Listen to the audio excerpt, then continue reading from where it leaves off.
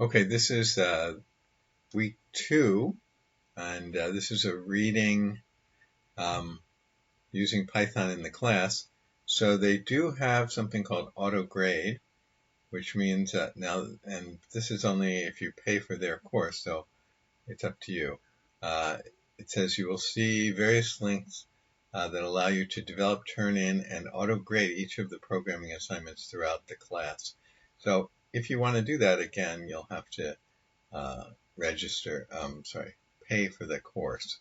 And I forget what the price is, but I think it's something like for the whole specialization, I think it's something like 5,100 yen, something like that, per month. There's also something called the Python Playground, where you can you can do some Python programming on the web. Now there should be other, if we do a search for online Python editor, let's see if we can do that. So here we have, here's something. Let's see what that looks like.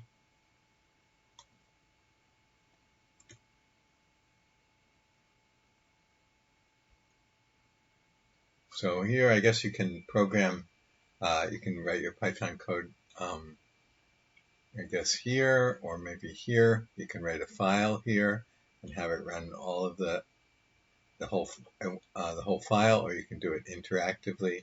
Let's just try that. Try writing print. This is Python code when we do this print. So let's see what happens. Yeah, so it's running Python here. That's one thing you can use. Here's another one, maybe.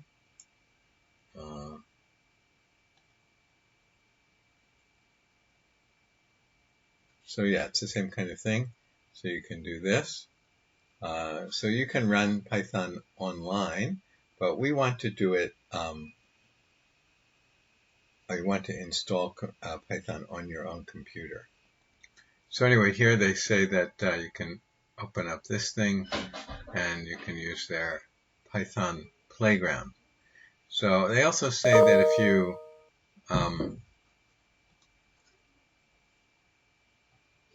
if you're a paying customer with them, then you can submit to the auto grader, like I said, but you can also sometimes write code here and then ask one of their teaching assistants to take a look at that code for you. So that's an advantage of joining their program. Okay, next is, let's go to next here. So next, actually, something, we skipped one here, the text editor. So text editor means something like in Windows you have Notepad. You probably have seen Notepad. It looks like this, and you can type in it. And there are just a few commands here, a few menu items here. So it's a very limited editor. And there's another one in Windows called WordPad, which is more sophisticated, has more stuff in it. And you can see it almost looks like Microsoft Word. It has quite a number of features. And then, of course, there's Microsoft Word, but of course you have to pay for that. And somewhere in between there is other programming text editors that are more useful for programming. So the one that I use is this one called Notepad++. It's only available for Windows, though. And it looks like this. And there's really a lot of menu items in the menu. So lots of things you can do. For example, I just typed in print hello, and then I changed the language setting to Python. And when I did that, well, let's do it here. Let's try it. Print hello. It doesn't have really any formatting here. Hello. But when I change it to Python, then it does formatting. So like you'll see, let's see, go to language and choose Python. And now you have the function in blue and the text in gray. So that's just kind of nice, makes it easier to read when you're writing or when you're reading somebody else. But this one, I've never used it before, but this one is called Atom. And this one is available not just for Windows or not just for Mac or not just for Linux, but for all of them. So that makes it good. So maybe we'll try and start using that. So you just go here and you can download it. And notice my computer's Windows, so it gives me Windows. And I downloaded it. It took quite a while to download. And then I installed it, and it took quite a while. It took like 90 seconds to install it. And then let me open it now. And I'm not familiar with it, but this is what it looks like. And default, I'm just going to say no for now. And make it a little bit bigger. And I guess this is, maybe we could delete this. Yeah, let me delete that. So here, what is this? You have something here? No, okay. Goes all the way through, I guess. And so you can open up a new file, or this is already a file, where you can save this one as something. And it's just like that Microsoft Word Pad or Notepad or even Microsoft Word, in the sense that you can just type code here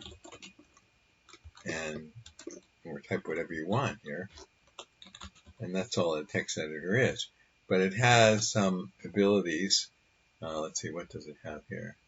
A new file. Some other things here about making things what we call comments. And I don't know. Not sure what all of this is. Find, you can find something and replace all occurrences of it, packages, and so on. Okay, so I'm not really sure about how to use what special features this has, but this is also a code editor or text editor.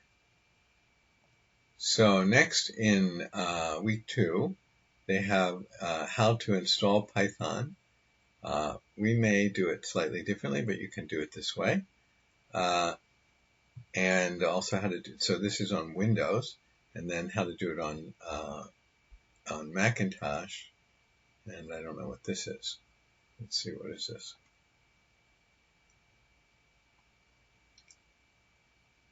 Peer-graded additional installing Python screens. So I'm not sure if this is available to a free user or not. Install Python in a programming text editor and write a program that prints one line other than hello world. In other words, like I did print hello or something like that.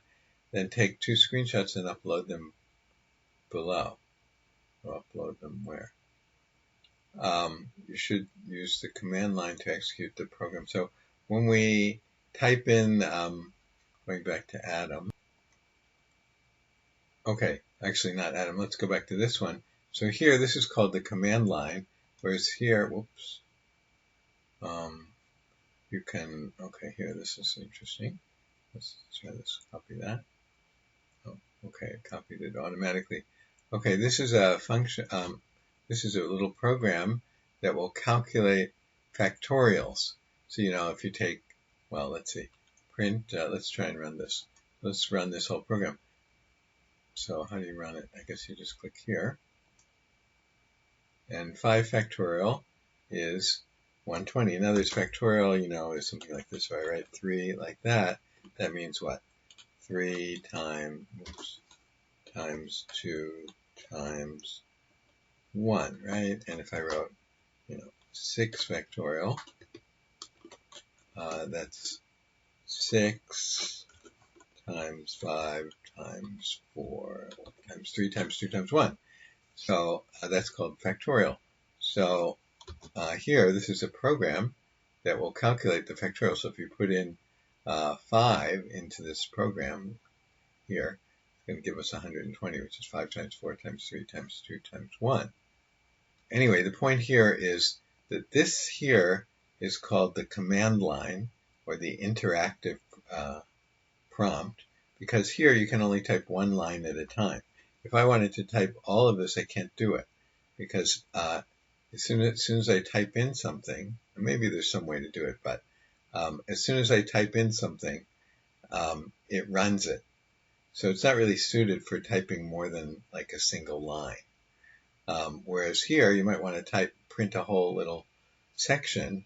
You can't really do that over here. So this is like just a file. Like this is actually just an editor, like we've been talking about, a text editor.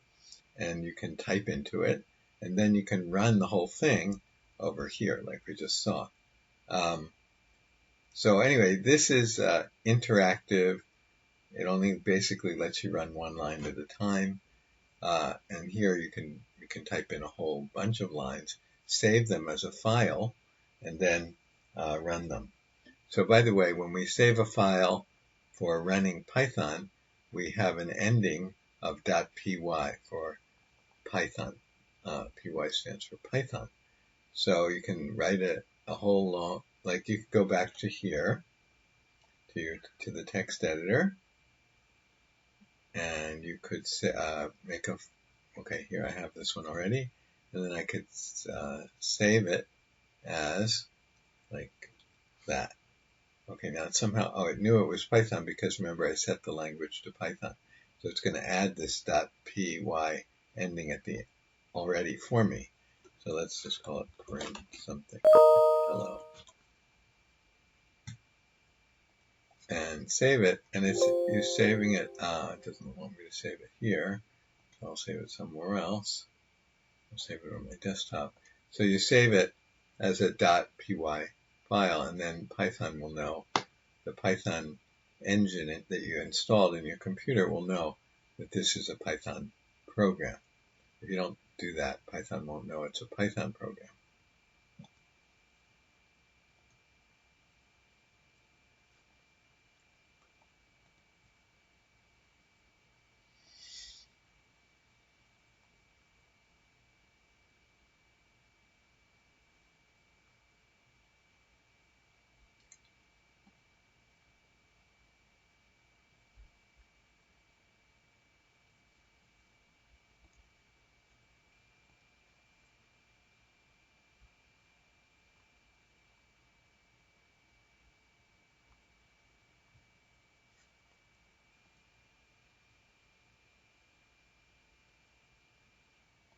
So here, here's his work, this person's work, and I guess the second part, and then you're supposed to review it. Does the image show a Python program being edited? So you can say yes or no, and so on, and submit your review. And I guess other people will do the same for you. Okay, and what is this? Bonus material, bonus video. So this is an interview with this person who, I guess, created the Raspberry Pi, which is sort of like a do-it-yourself computer. It makes computing available to everybody.